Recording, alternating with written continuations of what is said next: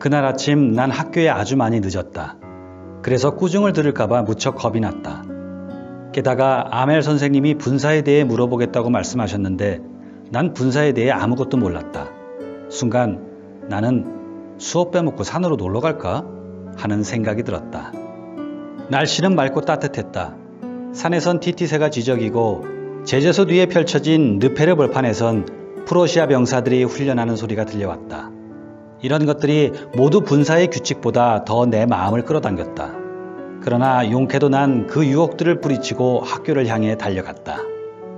면사무소 앞에 다다르자 게시판 앞에 사람들이 웅성거리며 모여 있었다. 2년 전부터 패전이라든가 징발령, 또롱, 포고령 등 모든 언짢은 소식들이 바로 그곳을 통해 전해졌다. 머릿속에 불현듯 이런 생각이 스쳤다. 또 무슨 일이 일어났나? 내가 면사무소 앞 광장을 지나가려 하자 견습공과 함께 그곳에서 게시판을 읽고 있던 대장장이 와슈트가 나에게 소리를 질렀다. 에, 꼬마야! 그렇게 서두를 거 없다. 오늘은 학교에 지각할 염려는 없으니까. 난 그가 놀린다고 생각하곤 숨을 헐떡이며 학교 운동장으로 뛰어들어갔다. 여느 때 같으면 수업이 시작될 때까지 책상 부딪히는 소리, 교과서를 외우는 소리, 큰 자로 테이블을 두드리며 조용히 하라고 외치는 선생님의 목소리가 왁작지껄하게 들려왔을 것이다. 난 그 떠들썩한 틈을 타서 선생님 몰래 슬쩍 자리에 가서 앉을 생각이었다. 그런데 그날은 이상하게도 마치 일요일 아침처럼 조용했다. 열린 창 너머로 벌써 제자리에 얌전히 앉아있는 친구들과 팔 밑에 쇠자를 끼고 왔다 갔다 하는 아멜 선생님이 보였다. 난 별 수 없이 문을 열고 그 정적 속으로 들어가야 했다. 내가 얼마나 부끄럽고 두려웠는지 짐작이 갈 것이다. 그런데 이상한 일이었다. 아멜 선생님은 화도 내지 않고 나를 쳐다보시며 아주 부드럽게 말씀하셨다. 프란츠, 어서 네 자리로 가거라. 너를 빼놓고 수업을 시작할 뻔했구나. 난 영문도 모른 채 얼른 내 자리로 갔다. 자리에 앉자 두려움이 사라졌다.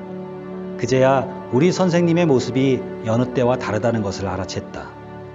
선생님은 학교에 손님이 오거나 졸업식 때만 입으시는 초록색 프로코트에 가늘게 주름 잡힌 레이스 장식을 가슴에 달고 수놓은 검은 비단 모자를 쓰고 계셨던 것이다.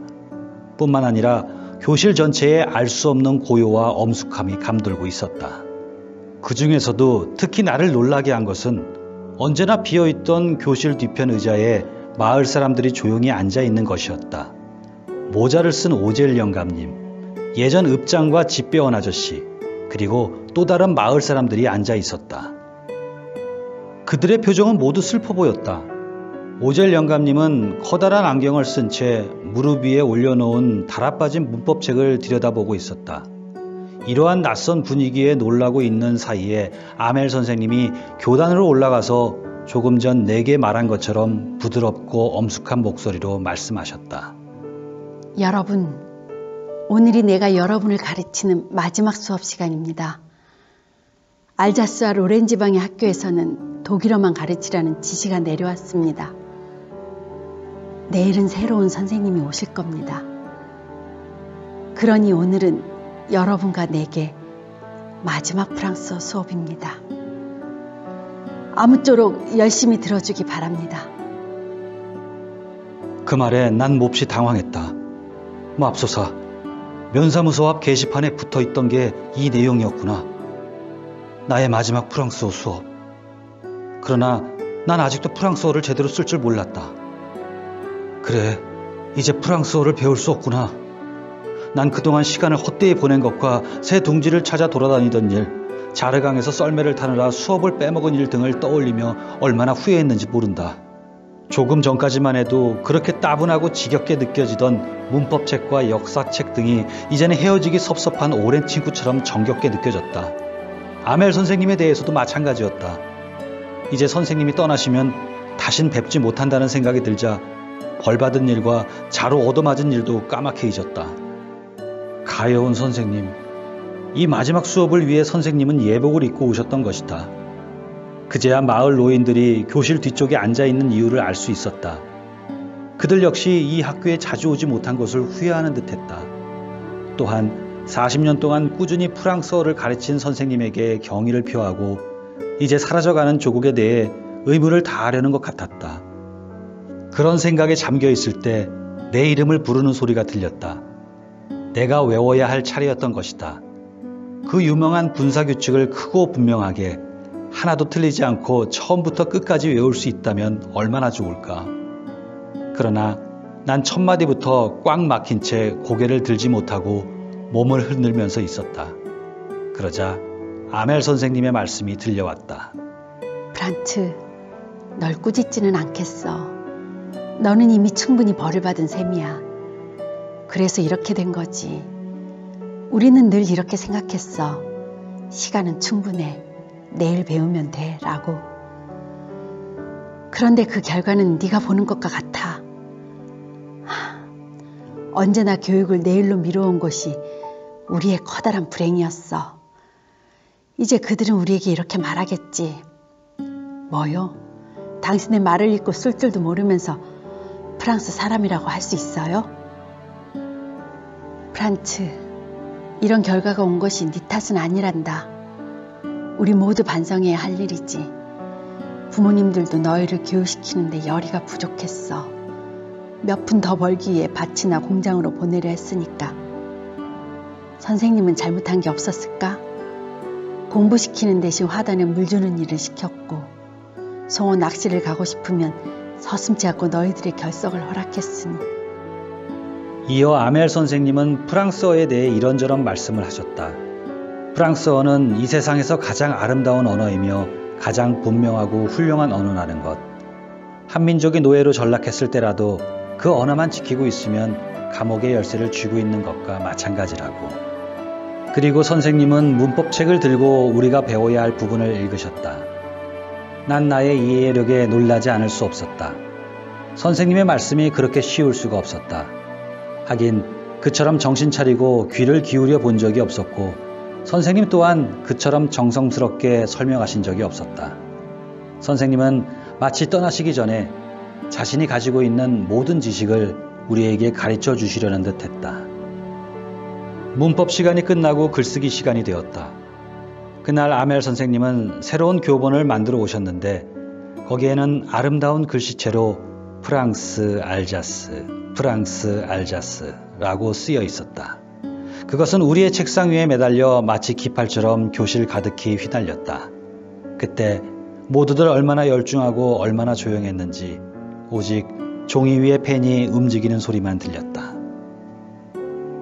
중간에 풍뎅이 몇 마리가 들어와 한참 동안 윙윙거렸지만 누구 하나 거기에 신경을 쓰는 사람이 없었다. 어린 꼬마들도 글자 한 획 한 획을 긋는데 열중했다. 학교 지붕 위에선 구구하는 비둘기의 울음소리가 들려왔다. 그 소리를 들으며 난 이런 생각을 했다. 저들은 비둘기에게까지 독일어로 노래하라고 강요하지 않을까? 가끔 책에서 눈을 떼고 고개를 들었을 때 아멜 선생님은 교단 위에서 꼼짝하지 않고 주위에 있는 물건들을 눈여겨보고 계셨다. 마치 학교 전체를 눈 속에 담아 가려는 것처럼 보였다. 생각해보면 그럴만도 했다. 지난 40년 동안 그는 한결같이 교실 전경과 교정이 보이는 바로 저 자리에 서 계셨으니까. 다만 의자와 책상이 오랜 세월 속에 닳고 닳아서 번질거리고 교정의 호두나무들이 크게 자랐으며 선생님이 손수 심으신 호프나무가 이젠 창과 지붕까지 가려주는 것이 달라졌을 뿐이었다. 그 모든 것과 헤어져야 한다는 것이 선생님에겐 얼마나 가슴 아픈 일이었을까. 그리고 그의 누이 동생이 위층 방에서 짐을 싸는 소리를 듣는 것이 얼마나 큰 슬픔이었을까. 내일이면 이들은 영원히 이 고장을 떠나야 한다. 그러나 선생님은 끝까지 수업을 하셨다. 글쓰기 다음엔 역사 공부를 했다. 이어서 어린 학생들이 목소리를 맞추어 발음 연습을 했다. 교실 뒤에선 오젤 영감님이 안경을 끼고 아벳의 독본을 두 손에 든 채 꼬마들과 같이 앉아 더듬더듬 읽고 있었다. 그 역시 글을 읽는 일에 열중했는데 격한 감정 때문인지 음성이 떨렸다. 그가 글을 읽는 소리는 여간 우습지 않아서 우리는 웃어야 할지 울어야 할지 모를 정도였다. 난 이 마지막 수업을 영원히 잊지 못할 것이다. 그때 갑자기 교회에서 정오를 알리는 시계 소리가 들려왔다. 그리고 삼종 기도를 알리는 종소리가 들렸다.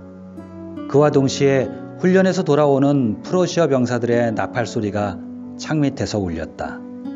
그러자 아멜 선생님은 창백한 얼굴로 교단에 섰다. 선생님의 키가 그렇게 커 보인 것도 그때가 처음이었다. 여러분, 선생님이 입을 열었다.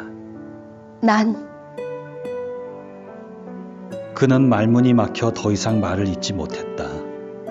대신 그는 칠판 쪽으로 돌아서서 분필 한 조각을 집어들고 있는 힘을 다해 최대한 크게 썼다.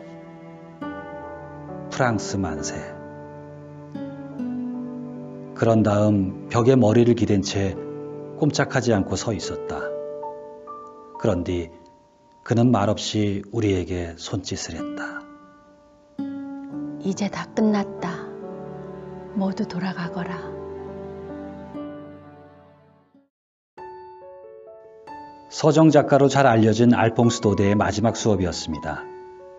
단편소설 마지막 수업은 1871년에서 73년 알퐁스 도데가 여러 신문에 기고했던 꽁트와 이야기들을 모아 발표한 워리어 이야기에 수록된 작품이며 에밀 졸라의 주도하에 몇몇 작가들이 프랑스와 프로이센의 전쟁을 배경으로 프랑스 국민들에게 애국심을 불러일으키기 위해 만든 소설집 매당의 밤에 발표되기도 했습니다. 그중 마지막 수업이 독자들에게 사랑을 받는 것은 전쟁이라는 무거운 주제를 어린아이의 눈을 통해 천진난만하게 표현하여 더욱 슬프게 감동을 주기 때문일 것입니다. 이 작품의 배경이 되는 알자스 지방은 독일과 프랑스 국경 지역으로 1871년 독일 제국이 병합했다가 1918년 프랑스가 다시 차지한 지역입니다. 소설에선 1870년부터 다음 해에 이르기까지 보블 전쟁으로 일컫는, 그러니까 독일계 여러 나라 중 프로이센과 프랑스가 벌인 전쟁에서 프랑스가 물러나면서 국경 지역에 있던 알자스가 프로이센의 영토가 되던 때의 이야기입니다. 그런데 이 알자스 지역에 살던 사람들의 언어나 문화는 프랑스보단 독일에 뿌리를 두고 있었다고 합니다. 알자스는 그 이전에 1648년 독일 연방 제국인 신성 로마 제국에서 프랑스로 200년간 넘어가 있었기 때문이죠. 프랑스 혁명 이후에는 반강제적 프랑스어 교육을 받았다고 하니 어떻게 보면 보블 전쟁으로 프랑스어를 빼앗긴 게 아니라 독일어를 되찾은 것일 수도 있겠네요. 역사는 자국 중심으로 이야기되니까요. 다음 시간에 뵙겠습니다.